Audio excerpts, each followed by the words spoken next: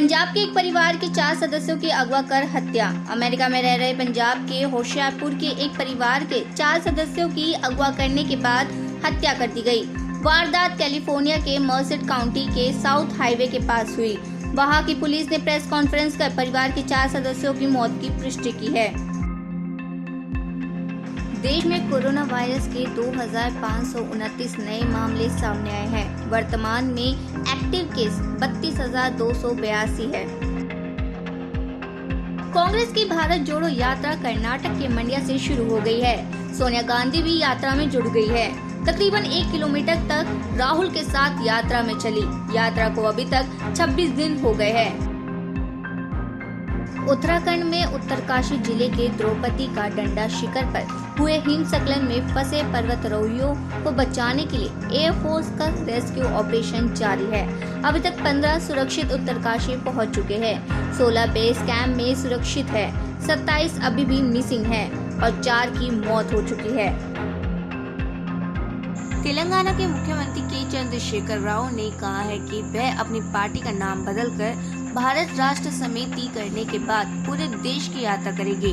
इसकी शुरुआत महाराष्ट्र से होगी। तेलंगाना राष्ट्र समिति का नाम एक बैठक के दौरान बदलकर BRS कर दिया गया। इस बैठक को संबोधित करते हुए राव ने कहा है कि पार्टी से संबंध किसान संघ सबसे पहले महाराष्ट्र से शुरू होगी।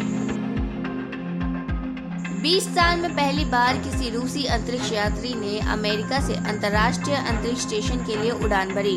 यूक्रेन संकट को लेकर दोनों देशों के बीच तनावपूर्ण संबंधों के बावजूद रूसी अंतरिक्ष यात्री national aeronautics and space administration और जापान के अंतरिक्ष यात्रियों के साथ अंतर्राष्ट्रीय अंतरिक्ष स्टेशन के लिए रवाना हुआ। अमेरिका के फ्लोरिडा प्रांत में इयान तूफान के कारण उनकी स्पेस एक्स कंपनी के रॉकेट की उड़ान टाल दी गई थी। मुख्यमंत्री एकनाथ शिंदे ने उद्धव ठाकरे पर निशाना साधते हुए कहा है कि शिवसेना आपकी प्राइवेट लिमिटेड कंपनी नहीं है, बल्कि इसका गठन शिवसेना के आम कार्यकर्ताओं के प्रयासों से हुआ है। ब्रिटेन के प्रधानमंत्री के रूप में बर्गे में कंजर्वेटिव पार्टी के वार्षिक सम्मेलन में लीज ट्रस के पहले भाषण के दौरान ग्रीन पीस के प्रदर्शनकारियों ने प्रदर्शन किया। ये प्रदर्शनकारी सुरक्षा घेरे को पार कर सम्मेलन की जगह तक पहुंच गए। गौरतलब है कि ट्रस पिछले महीने ही पार्टी की नेता चुनी गई। वे पार्टी के प्रमुख सदस्यों को संबोधित कर रही थी, लेकिन भाषण के शुरुआती कुछ मिनटों के बाद 2 महिला प्रदर्शनकारियों को बैनर पकड़े देखा गया, जिस पर लिखा था कि इसके लिए किसने वोट दिया है। हरियाणा के यमुनानगर में रावण दहन के दौरान बड़ा हादसा होते होते टल गया। दहन के दौरान लोगों पर रावण का पुतला गिर गया। इस हादसे में कई लोग घायल हो गए। पाकिस्तान के सेना प्रमुख जनरल कमर जावेद बाजवा ने देश को आश्वासित किया है कि सशस्त्र बलों ने खुद को राजनीति से दूर कर लिया है। वे आगे भी ये जारी रखना चाहते हैं। मीडिया को प्रकाशित कर एक खबर में ये जानकारी दी गई है। डॉन खबर की रिपोर्ट के अनुसार जनरल बाजवा ने भी 3 साल का अपना दूसरा कार्यकाल नवंबर में पूरा करने के बाद पद छोड़ने का अपना वादा दोहराया और कहा कि वह पहले किए गए अपने वादे को पूरा करेगी। बाजवा फिलहाल अमेरिका में है। विदेश मंत्री एस जयशंकर न्यूजीलैंड पहुंचे और उन्होंने भारतीय मूल की मंत्री प्रियंका राधाकृष्णन से मुलाकात की। एस जयशंकर न्यूजीलैंड और ऑस्ट्रेलिया की 1 सप्ताह की यात्रा पर है। न्यूजीलैंड पहुंचकर एस जयशंकर ने यहां की बड़ी हस्तियों के साथ बातचीत भी की। शोधकर्ताओं के एक अंतर्राष्ट्रीय दल को मंगल के दक्षिणी ध्रुवीय आइस कैप के नीचे तरल रूप में पानी के संभावित अस्तित्व के नए साक्ष्य मिले हैं। किसी ग्रह का उच्च अक्षांशीय क्षेत्र को जो बर्फ से ढका हो उसे आइस कैप कहते हैं। नेचर एस्ट्रोनॉमी पत्रिका में प्रकाशित परिणाम रडार के अलावा अन्य आंकड़ों का उपयोग करते हुए मिले साक्ष्य इस बात के पहले स्वतंत्र संकेत प्रदान करते हैं कि मंगल के दक्षिणी ध्रुव के नीचे तरल अवस्था में पानी है। शेफील्ड विश्वविद्यालय की भागीदारी के साथ कैम्ब्रिज विश्वविद्यालय के नेतृत्व में शोधकर्ताओं ने इसकी ऊंचाई में सूक्ष्म पैटर्न की पहचान करने के लिए आइस कैप की ऊपरी सतह के आकार के अंतरिक्ष यान लेजर अल्टीमीटर माप का उपयोग किया। विश्व स्वास्थ्य संगठन ने भारत में मेड इन फार्मास्यूटिकल्स द्वारा बनाए गए कफ और कोल्ड सिरप को लेकर अलर्ट जारी किया है। यह अलर्ट गाम्बिया में 67 लोगों की मौत के बाद जारी किया गया है। WHO ने अपनी मेडिकल प्रोडक्ट रिपोर्ट में कहा है कि प्रयोगशाला में हुई जांच के दौरान मेड इन फार्मास्यूटिकल्स के कफ और कोल्ड सिरप में जरूरत से ज्यादा डाइथिलीन ग्लाइकॉल और एथिलीन ग्लाइकोन की मात्रा पाई गई है, जिसे स्वीकार नहीं किया जा सकता है। महसा अमीनी की मौत के बाद देश में चल रहे विरोध के बीच ईरानी महिलाओं के एक साथ जुटता व्यक्त करने के लिए संसद में बहस के दौरान एक यूरोपीय सांसद ने अपने बाल काट लिए। स्ट्रासबर्ग में यूरोपीय संघ की बहस को संबोधित करते हुए स्वीडिश राजनेता अबीर अल सालानी ने कहा है कि हम यूरोपीय संघ के लोग और नागरिक ईरान में पुरुषों और महिलाओं के खिलाफ सभी हिंसा को बिना शर्त और तत्काल रोकने की मांग करते हैं। आगे उन्होंने ये भी कहा है कि जब तक ईरान की महिलाएं स्वतंत्र नहीं हैं, हम आपके साथ खड़े रहेंगे। अल सलानी के अपने ट्विटर हैंडल पर पोस्ट किए गए वीडियो के अनुसार यूरोपीय संसद के सदस्यों के सामने उन्होंने एक कैंची से अपने बाल काट दिए।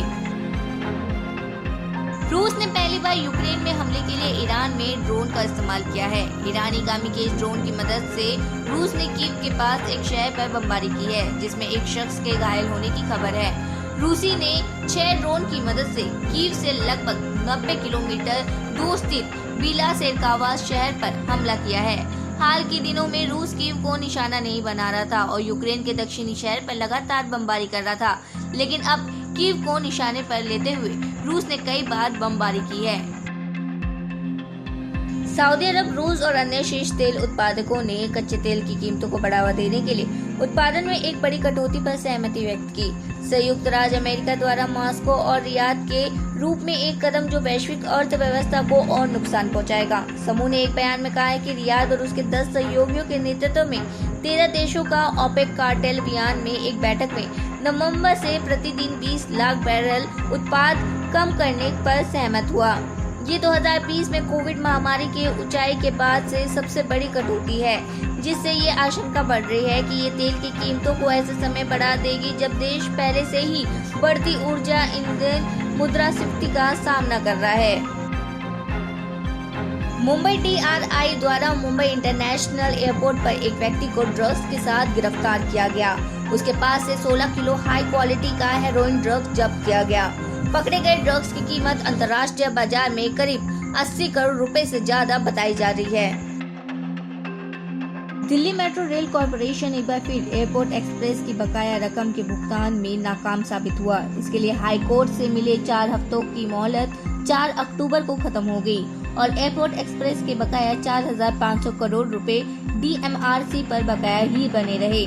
दिल्ली हाई कोर्ट ने 6 सितंबर को DMRC को आदेश दिया था कि वह airport metro express private limited को 4 हफ्ते के भीतर 4,500 करोड़ रुपए का भुगतान कर दे। पिछले 6 महीने के दौरान ये तीसरी बार है जब DMRC हाई कोर्ट के आदेश की अवहेलना करता हुआ पाया गया।